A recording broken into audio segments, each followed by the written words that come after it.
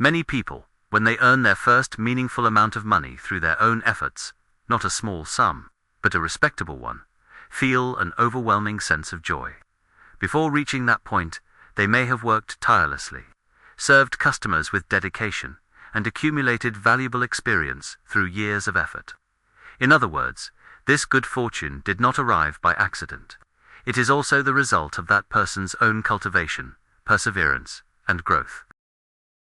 When people receive their first substantial financial blessing, they often want to celebrate by treating everyone around them to a meal. But perhaps the wiser approach is to do the opposite. Do not rush to invite anyone, not even your closest friends. Observe carefully.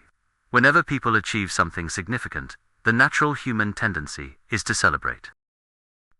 We want to share our happiness. We want to enjoy the moment with those around us.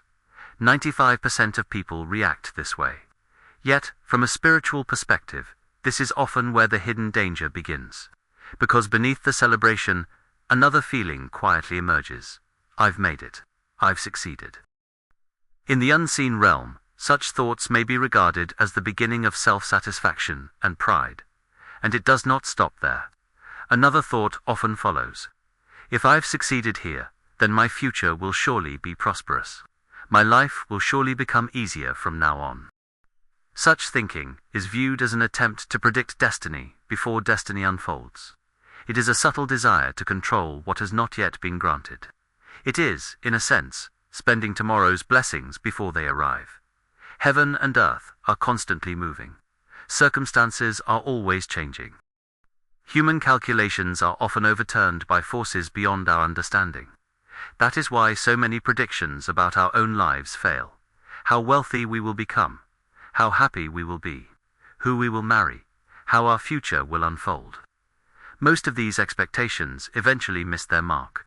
This gives us another way of understanding why excessive celebration after our first success may be unwise. The issue is not the meal itself.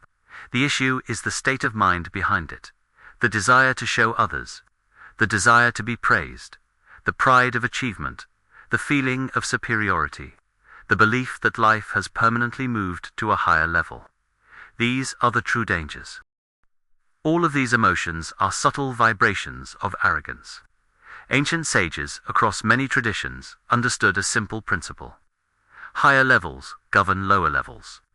There are forces beyond human perception that influence the course of life.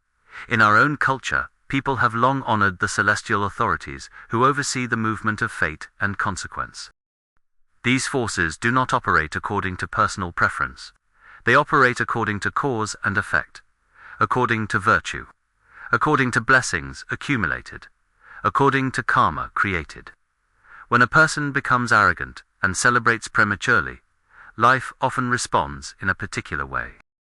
Progress slows, obstacles appear. Unexpected difficulties arise, not necessarily as punishment, but as correction. Life teaches through events, not through speeches. No immortal descends from the clouds to warn us against pride. Instead, reality itself becomes the lesson. The same method that once brought success may suddenly stop working. Customers disappear. Growth slows. Unexpected losses occur. Challenges emerge from nowhere. Such experiences force the heart to become humble again. This is one of life's enduring laws. When we assume the future is guaranteed, life often reminds us that nothing is guaranteed.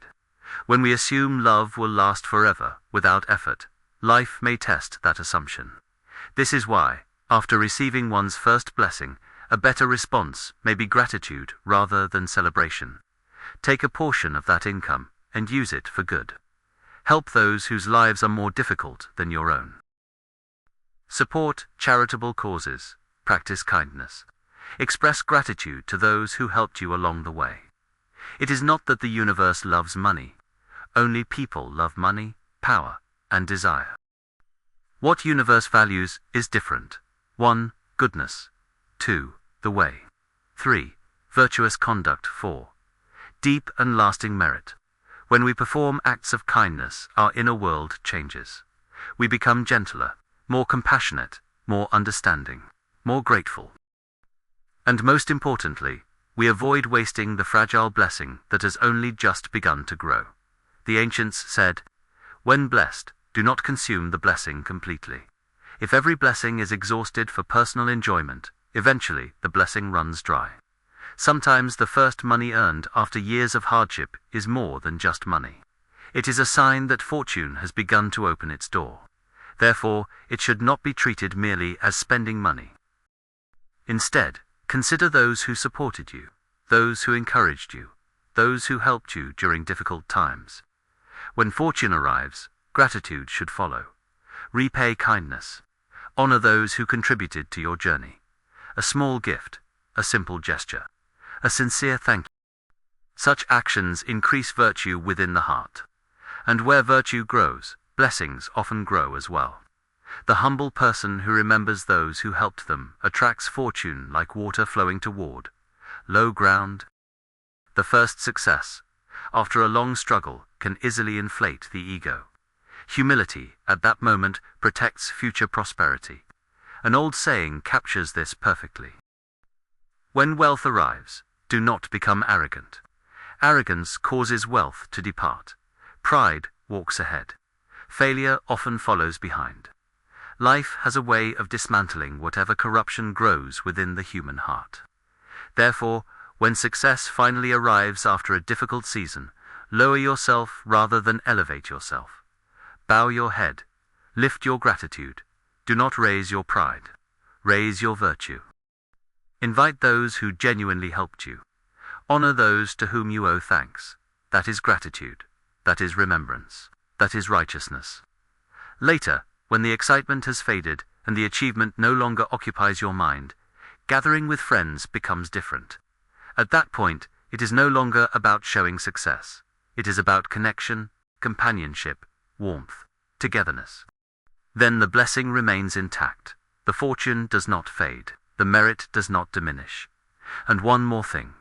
When your first success arrives, do not rush to celebrate.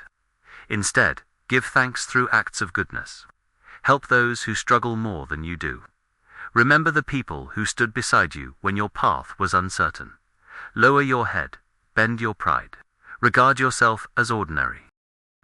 When this happens, blessings cling to your destiny with remarkable strength. Do not rush to announce your success to everyone. Human nature has always carried a hidden weakness. People often find it difficult to rejoice in the prosperity of those whose lives appear better than their own, even among acquaintances. This reality has been observed by wise people throughout history and preserved within countless ancient teachings. And perhaps that is why the greatest protection for a new blessing is not celebration, but humility.